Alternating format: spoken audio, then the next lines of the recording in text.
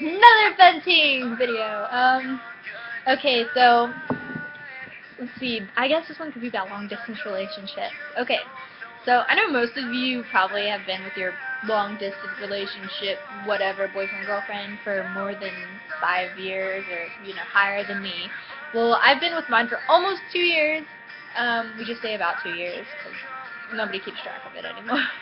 But, everybody's like, pisses me off. Everybody's like, oh, it won't last. Especially the guys that like you. I cannot stand that because you're like, oh, they're my friend.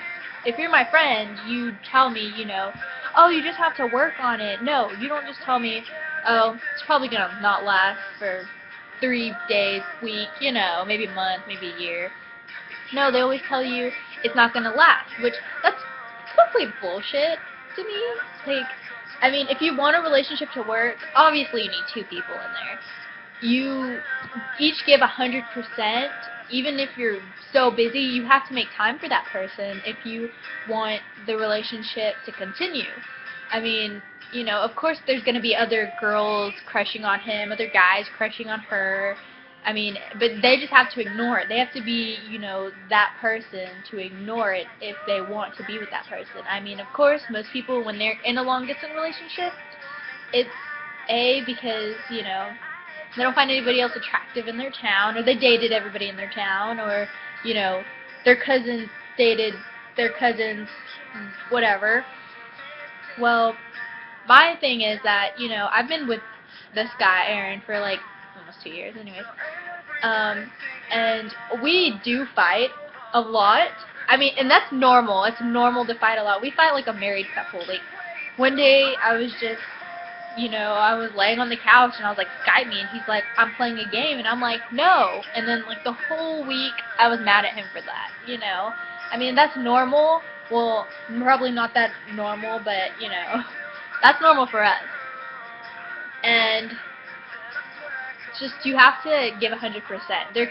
There always has to be two people in a relationship. You can't just have a one-sided thing where it's like 100% and the other person only gives like 3%.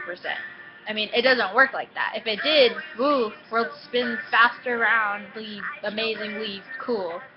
I don't know what I just said, but anyways, a lot of people always ask me, how do you make it last? Then again, it's communication. As long as you have communication, you're fine. And don't hide things.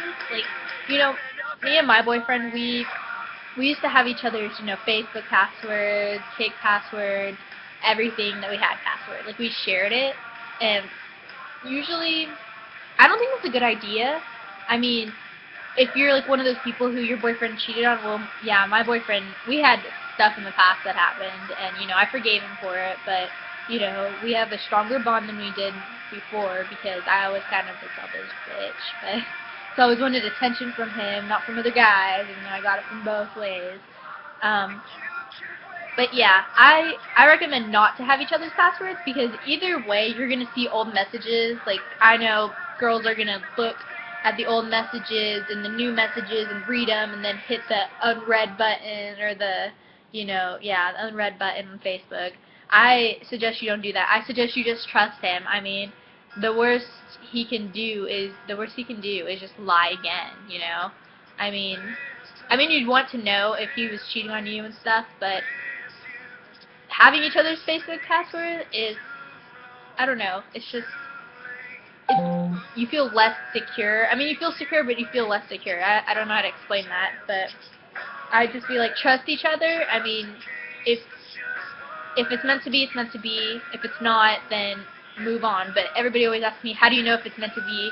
Well,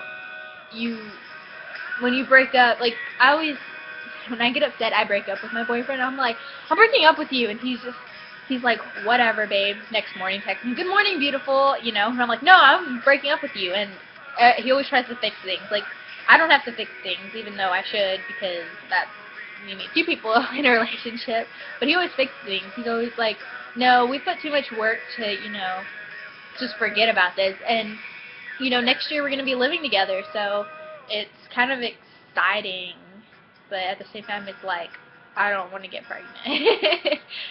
But there's two difference about people, two different relationships. There's a long distance and there's, the one here. Well, there's many, but these are just the two that I just know.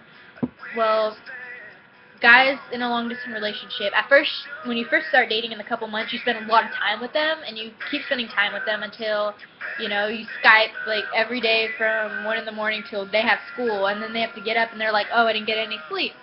And it just goes on like that for like the longest time, for basically the first, 7, 8 months. And then after that, you start, and that's still like the crush phase, but at the same time, that's not when you're in love, because you both are still looking for people to date. Like, you flirt with other people, even though you're in a relationship. I mean, some people don't, but that's usually what happens. And then the second part is the kind of fighting stage where you fight a lot. I mean, you do fight throughout the whole relationship, but that's like where you just fight every day and you just hate each other, but you love each other. And I mean, there's nothing you can do about that. I mean, you apologize and say, oh, I want to start over, but you still get into fights, but that's just how it happens. And then the next part of the relationship would be either A, he cheats, or you stop communicating as much. You two lose interest kind of in each other, and you're just like, I don't know why I'm dating this person.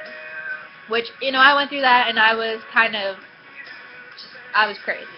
Aaron will tell you I was crazy.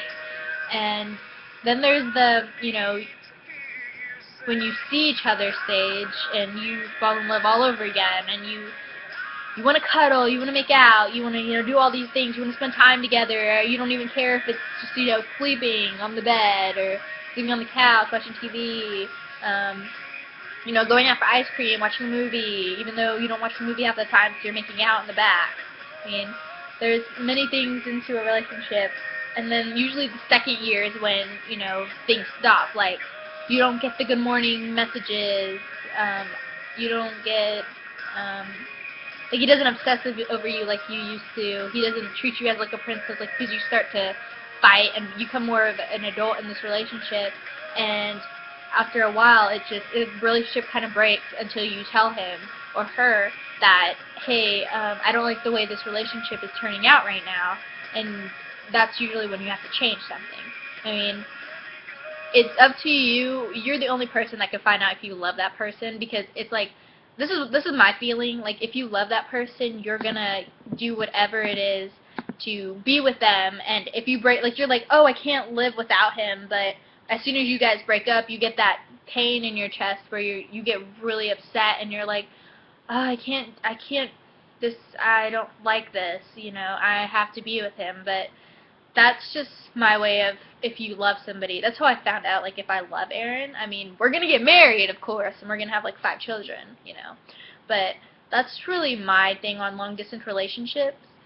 So I'm going to stop talking because I've been talking for 8 minutes, and that's pretty freaking long. Anyways, bye, again.